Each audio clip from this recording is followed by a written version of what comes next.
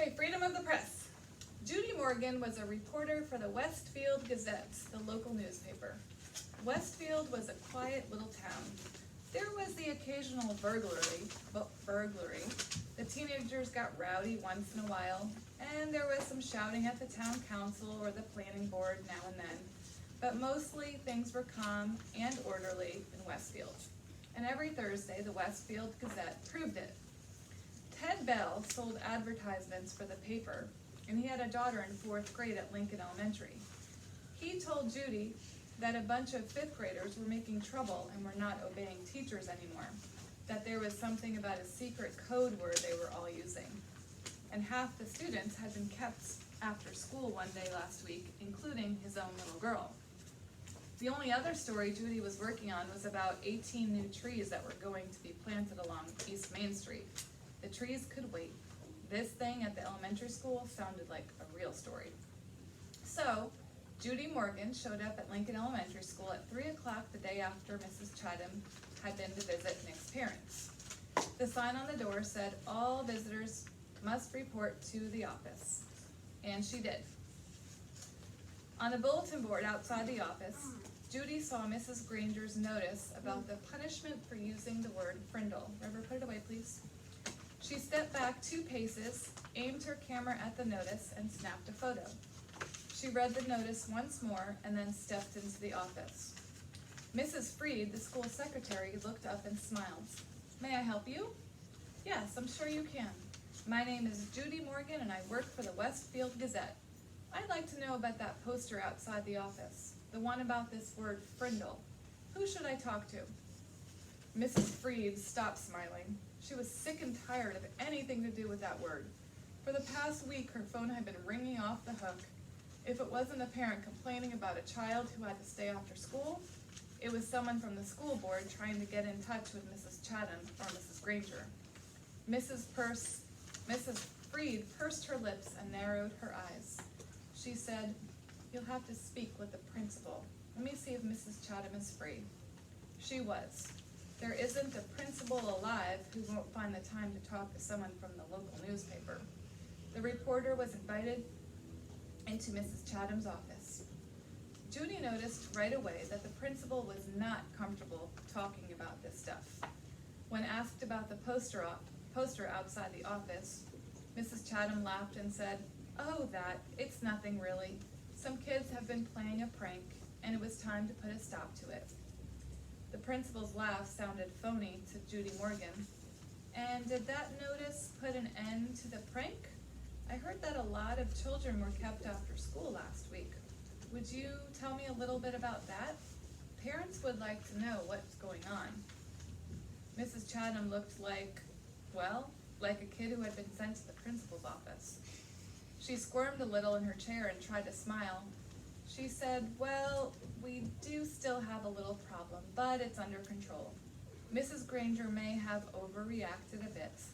I don't think the children have really been trying to be disrespectful. They're just having some fun, and it's more like a difference of opinion." And then Mrs. Chatham went on to tell the reporter what she knew about the word frindle and how it had become popular among the students. Judy Morgan took careful notes.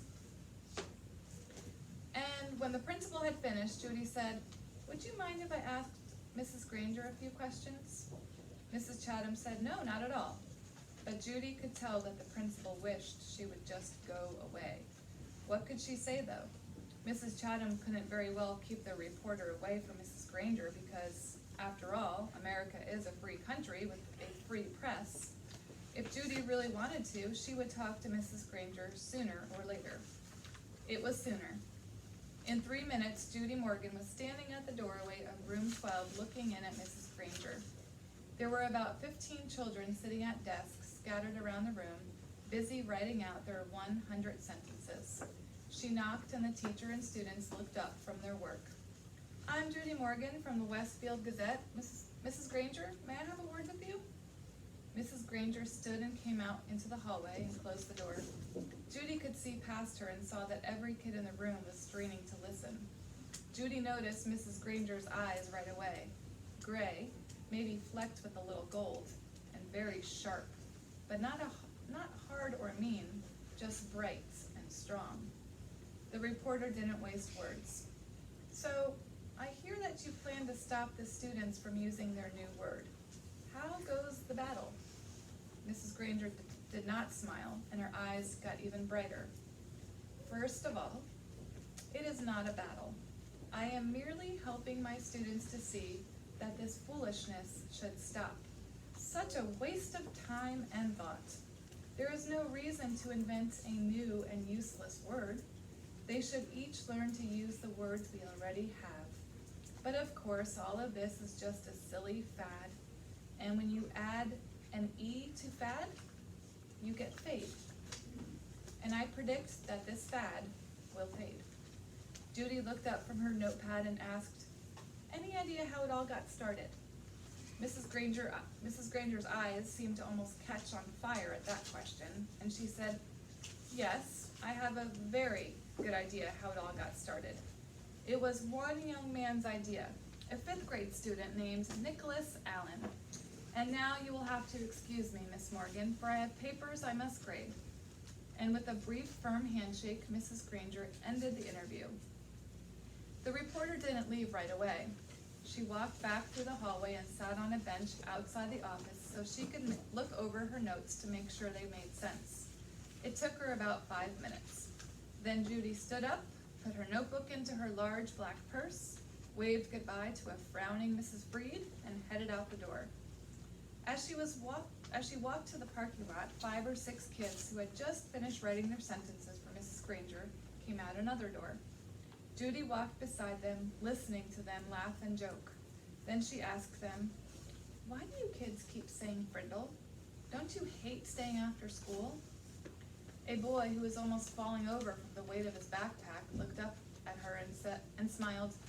"It's not so bad. There's always a bunch of my friends there. I've written that sentence 600 times now." And then the kids said Mrs. Granger didn't even look at their punishment papers anymore.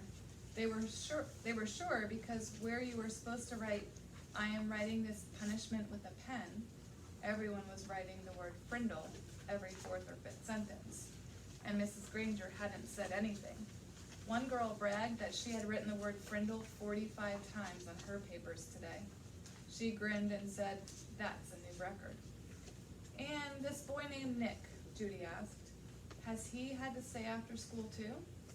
The kids giggled, and a tall boy with reddish-brown hair and glasses said, "Mrs. Granger has kept Nick after school so much that everyone thinks she wants to adopt him." The reporter smiled and said, "Do you think I could find Nick and talk to him this afternoon?" The boy looked at Judy for a second and then said, I don't think Nick would want to talk to you right now. He might say something stupid and get himself into trouble." Then he grinned at his friends. The kids laughed and poked and punched each other and headed off down the block.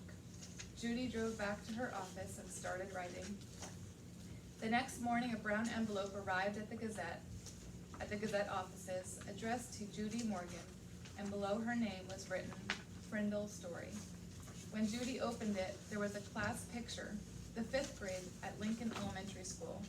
Mrs. Granger and the 6 other teachers were standing at the ends of the rows, and the kids were dressed neatly, hair all combed. But there was something odd about the picture. The reporter looked closely and saw that each kid was holding up a pen, and each little mouth was puckered in the same way. She was puzzled for a second, but then she said softly, "Of course, they're all saying Frindle." Written on the back of the picture in neat cursive was 3rd row, 5th from left. Judy looked at the picture, and there she saw the same grinning red-haired boy with glasses that she had talked to in the school parking lot yesterday. She chuckled and said, "Well, well, well, pleased to meet you, Mr. Nicholas Allen." So he was the one that was talking to her in the parking lot. Did you catch that? Because a tall boy with reddish-brown hair and glasses said, "Mrs. Granger has kept Nick after school so much that everyone thinks she wants to adopt him." So that was Nick talking to her. But he didn't want to give away his identity because he was afraid he'd say something dumb. So he sent her the story instead. Alright, Sophia, you wanna turn that off?